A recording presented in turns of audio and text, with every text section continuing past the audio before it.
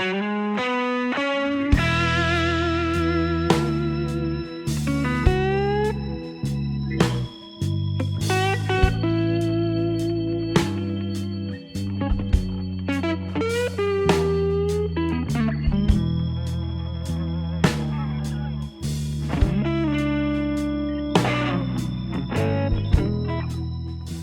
morning, good afternoon, good evening guys, gals and gentlemods, and welcome back to the workshop. Yes, we're in the big workshop.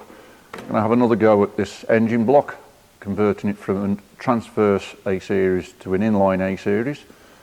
I explained a little bit in the last video about that.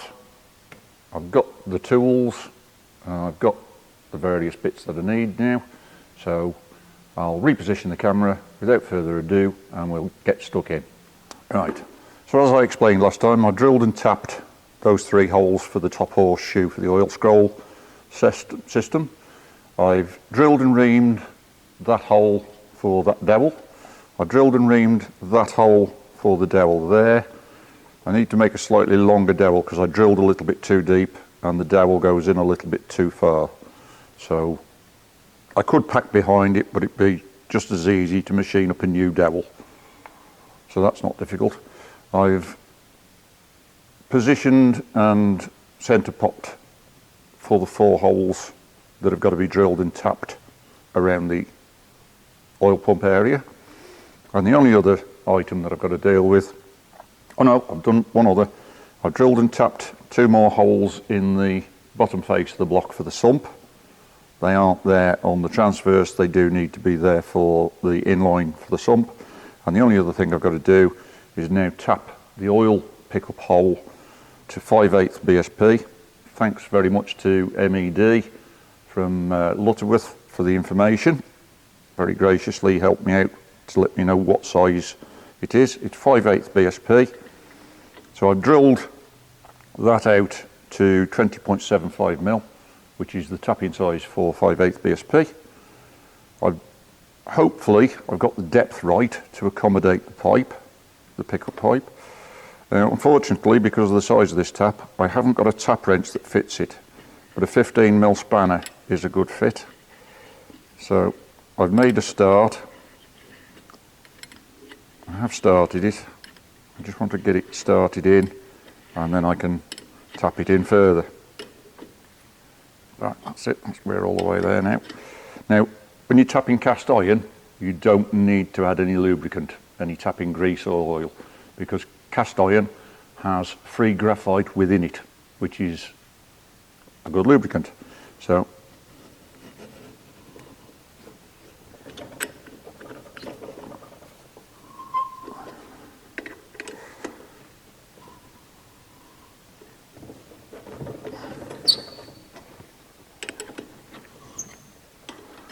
a little bit further.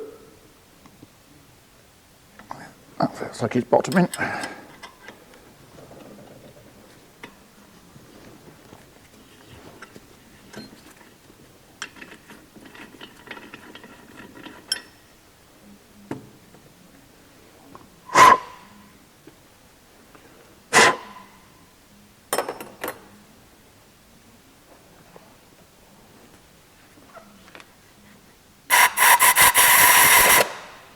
Get any swarf out of the threads, and let's try the pipe.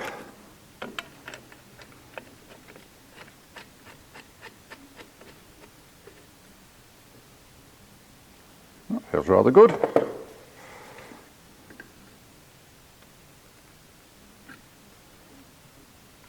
That feels lovely. The only thing I'll just try is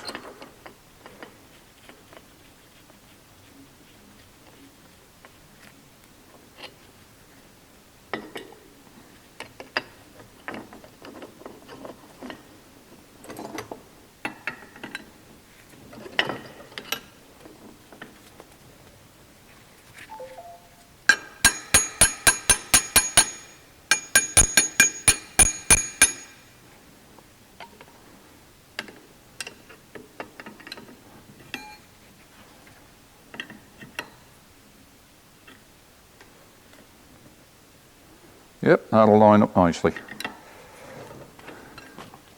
So that's great. That was one bit that was giving me a little bit of concern, because if I got that wrong, if I drilled it too big or drilled it off centre or out of line, that wouldn't fit in properly, it wouldn't seal. It's got an olive, so the olive has to seat against the taper in the bottom of the hole. So if that didn't go, if I drilled too deep, that wouldn't seal against the taper, and when the engine's running it would be sucking air through here instead of sucking oil up from the sump. And they don't distribute air very well, and air is not a very good lubricant, so that would be a real big problem. So that's great, I'm happy with that. Happy with those holes, happy with those holes. I just need to drill and tap these holes now and sort out the dowel for that one. Right, I've machined up a new dowel. That's a nice fit in there, a bit longer. And now the back plate should, all things being equal, line up and go on.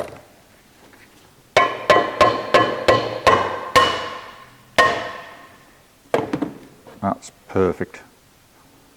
Right. And what I want to do is just spot through those 4 holes to make sure I've got the exact centre spot that I need.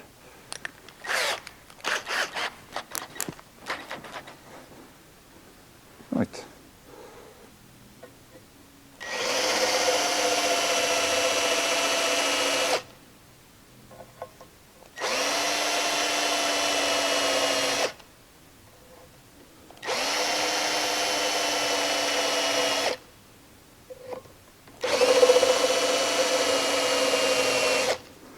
That drill is a bit bigger than the drill I need to go in with, but it's a good fit in the hole in the back plate. So that gives me a good centre, so I know I'm pretty much bang on the money.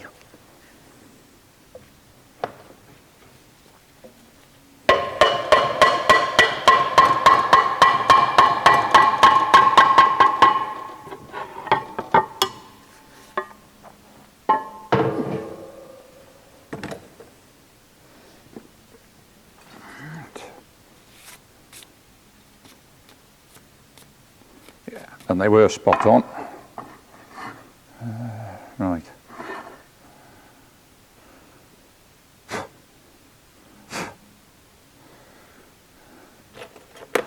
got my tapping drill, 6.9mm, which is tapping size for 5/16 UNF, which is the size these holes need to be tapped to. So I just need to set up this mag drill.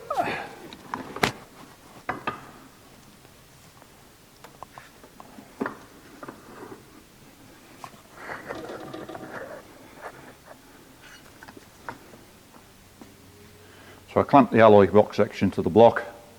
That's nice and solid, nice and firm. And now the mag drill will lock on to the steel plate that I've got bolted to it.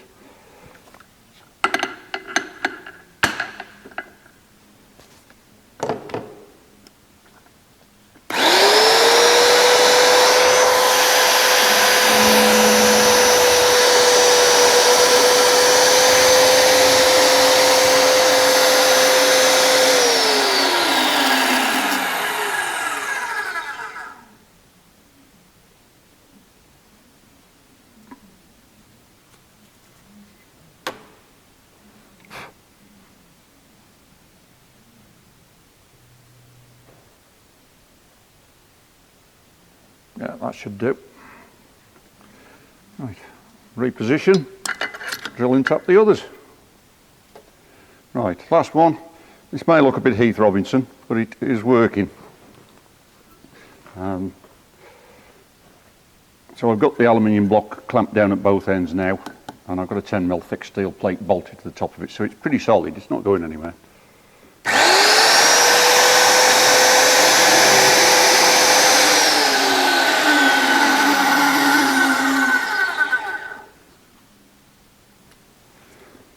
mag drill done with. Switch that off. Put that away. Right, that's those holes drilled. So I can tap these four now. They're, let's just double check. I believe it's 5/16 UNF, which is a 24 TPI thread. And yep, that fits perfectly.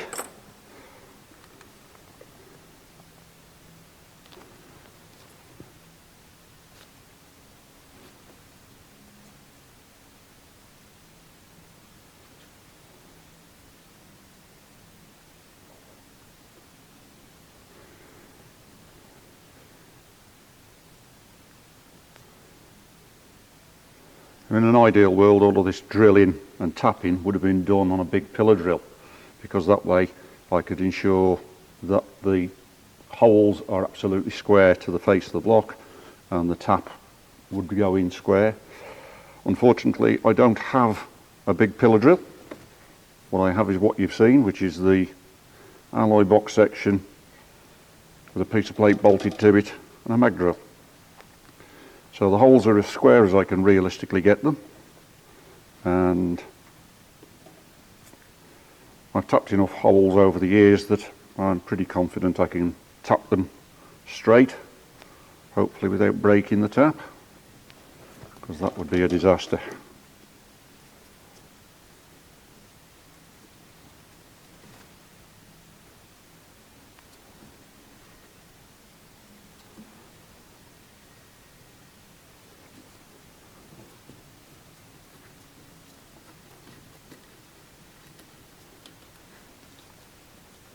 I'll run two taps down. First is a taper.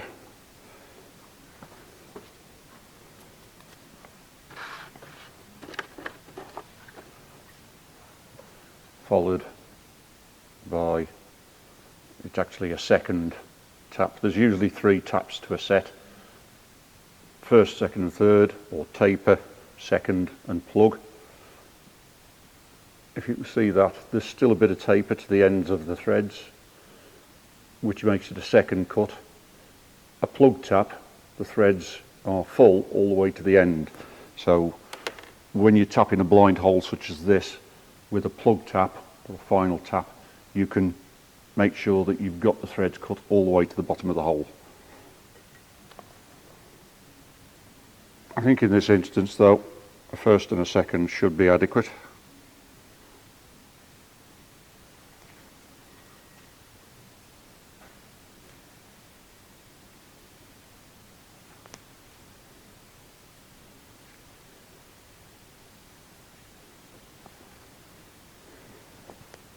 And again, as before, because we're tapping into cast iron, we don't need cutting lubricant, because the cast iron has got free graphite in it, which acts as a great lubricant in its own right.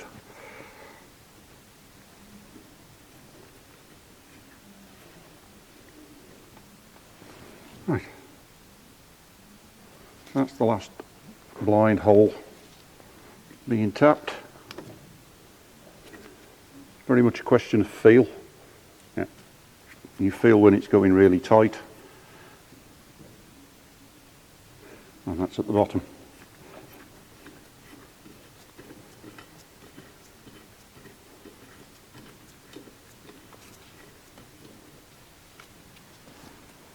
Right. I've got one more operation to do on all of these holes, and that's just to put a slight countersink on them. The purpose of the countersink is, because the threads are right up to the edge of the hole, top end of the hole, they can pull when you tighten them up, and it can pull the very last thread of the hole, the very top thread. It can pull that out and create a little dimple around the hole, which stops the gasket seating properly. So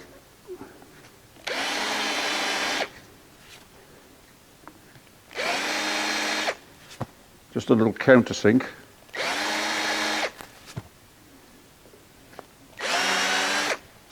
On each of the holes.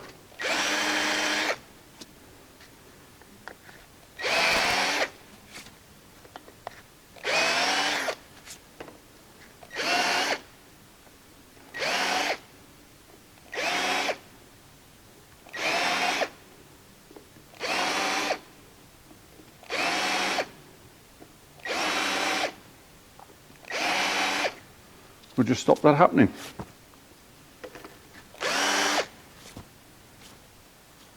So now, even if a thread pulls, it will only pull to the depth of the countersink and not interfere with the gasket seating. Right, I'll turn it flat, do the same process on those couple of holes I've drilled on that face for the sump.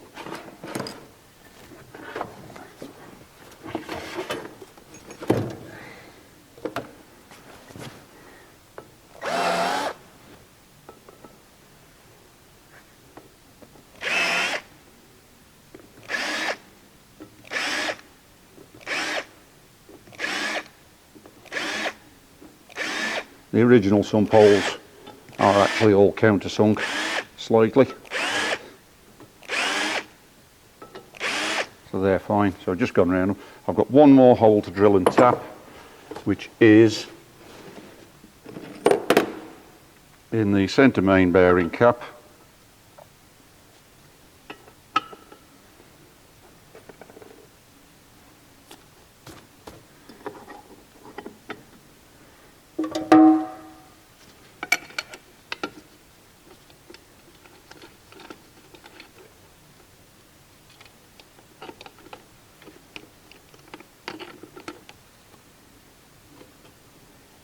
For the oil pickup pipe bracket to screw to.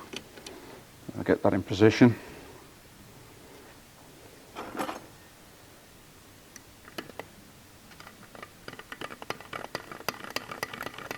Scribe around the hole, and I can spot that, drill and tap that, and that's it. That will then complete the conversion of this block from a transverse engine to an inline engine.